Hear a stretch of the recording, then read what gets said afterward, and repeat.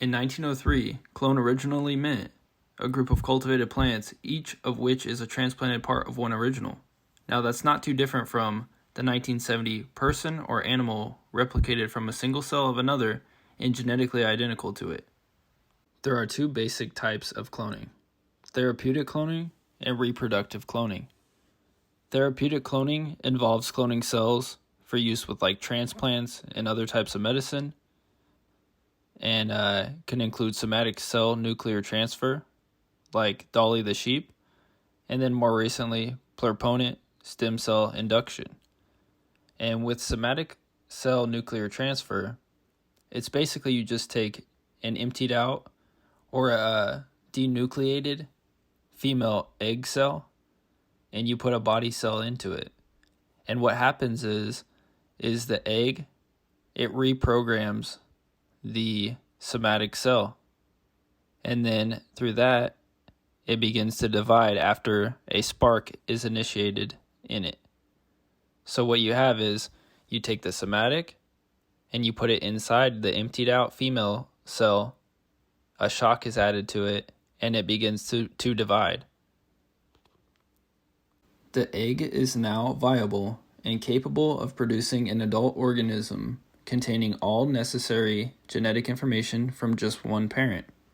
Development will ensue normally, and after many mitotic divisions, the single cell forms a blastocyst, an early stage embryo with about 100 cells with an identical genome to the original organism. There's your clone. So you could use this method as a way to take the cells from early embryonic stages and use the cells in that way. You could use the cells themselves. You could grow them into organs, or you can grow them into a full person and then take the organs from that full organism instead. And I'm sure these methods are used. The trick about the embryonic stage being further developed is that it has to be put into a female and further nurtured and brought to term. And I'm not sure what else that they might have to do some other things with it to make sure that it goes correctly, but that is part of the reproductive cloning. They basically want to use these embryonic cells to come up with any type of tissue or cells that they want, because it's such a starting block that it can create anything. But the drawback is not only the embryo part, but also that it can create cancer cells, or they themselves resemble cancer cells. It says here, both cell types have the ability to proliferate indefinitely, and some studies show that after 60 cell cycles of division, or 60 cycles of cell division, stem cells can accumulate mutations that could lead to cancer.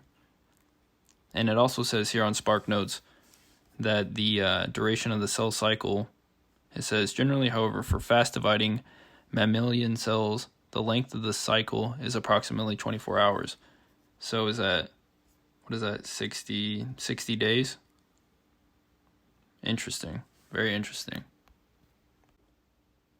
Now, I know all science isn't real, but it states that Hans Adolf Edward Dreich was basically the father of cloning. He was credited with performing the first artificial cloning of an animal in the 1880s. Hahn was successful in cloning a sea urchin.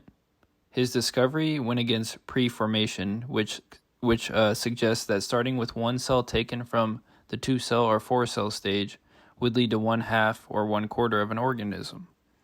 And Dreich saw clear evidence that this wasn't true. He saw an ability of lower organisms to rebuild lost limbs. And he said this disproved the theory of preformation from an original cell. He had proof a cell can turn into a whole organism. Hans studied the original cells of a sea urchin after they divided into 2 cells, then 4, then 8. At each of these stages, Dreich separated out single cells and found that the separated cells went on to develop into complete organisms, instead of just 1/2 or 1/4 of the organism. Dreich's work is regarded as the first example of biological cloning. and in 1902, he was able to create a set of twin salamanders by dividing an embryo into two separate viable embryos. The next father of cloning is John Burton Sanderson Haldane. John Burton Sanderson Haldane was a British Indian scientist known for his works in various sciences like genetics and math. He was a known atheist, Marxist, and Darwinist. He wanted to reestablish natural selection as a math consequence of Mendelian inheritance principles. John was the first to suggest in vitro fertilization. He wanted a hydroeconomy, molecular repulsion, the Darwin unit, and organismal cloning.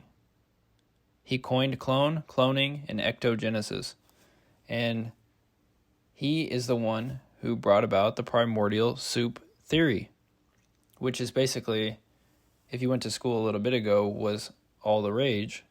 These days I'm not quite as sure, but he describes it as a primitive ocean, as, a vast chemical lab containing a mixture of inorganic compounds. And this is basically what existed before existence itself, of what we know today. And he said it was a vast chemical lab of inorganic compounds like hot dilute soup in which organic compounds could have formed out of it. Under the sun's energy, an anoxic atmosphere containing carbon dioxide, ammonia, and water vapor gave rise to a variety of organic compounds, living or half-living things, he suggested. As a side note, according to this model, the first molecules were said to react to produce more complex compounds and then cellular components. An oil film was produced to cause an enclosed self-replicating environment for nucleic acids, becoming the first cell, a process of living matter spontaneously evolving from self-replicating but lifeless molecules. Now, as a side note, that is very similar to computers, and that could be how AI is brought about if this is correct. Now, that's a huge if. Haldane hypothesized that viruses were the intermediate entities between the prebiotic soup and the first cells. He assured the prebiotic life would have been in the virus stage for many millions of years before a suitable assemblage of elementary units brought together by the first cell. The idea that viruses were a buffer and catalyst for such events was originally dismissed as wild speculation, but the theory itself became a scientific standard. So like I said again, if lifeless replication creates some sort of consciousness or being, that could be very similar to computer systems. But that's a side note to this whole thing. Haldane was a known socialist during World War I and somehow became a supporter of the Communist Party in 1937. He would openly claim in 1938 that Marxism is true. Peter Wright, a key figure of British intelligence, and Chapman Pincher accused Haldane of being a spy for the Soviet GRU with the codename Intelligentsia. Wright would also go on to accuse Sir Roger Hollis, long head of MI5, of in fact being a Soviet spy. You will find both in his book, Spycatcher. Haldane is known to have thought up the genetic basis for human cloning and the eventual artificial breeding of superior individuals to his standards.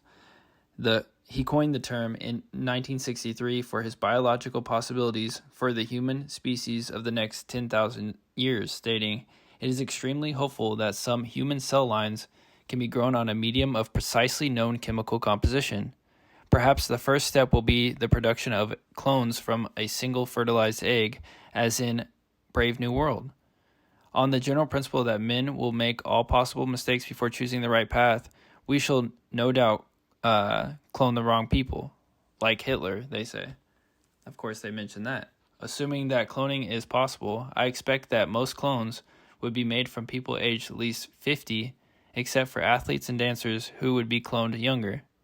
They would be made from people who were held to have excelled in a socially acceptable accomplishment. Haldane popularized test tube babies and was a proponent of eugenics. He was a proponent of a brave new world, systematic, and eugenics-based type of environment for society. Even famous author C.S. Lewis accused him of scientism and basing all societal values on alleged sciences. It should be noted that he was married to Helen Spurway, a researcher who was into virgin birth, or birth from an unfertilized egg with no sperm. She wanted to take the man out of the equation. There is so much more that I will get into later.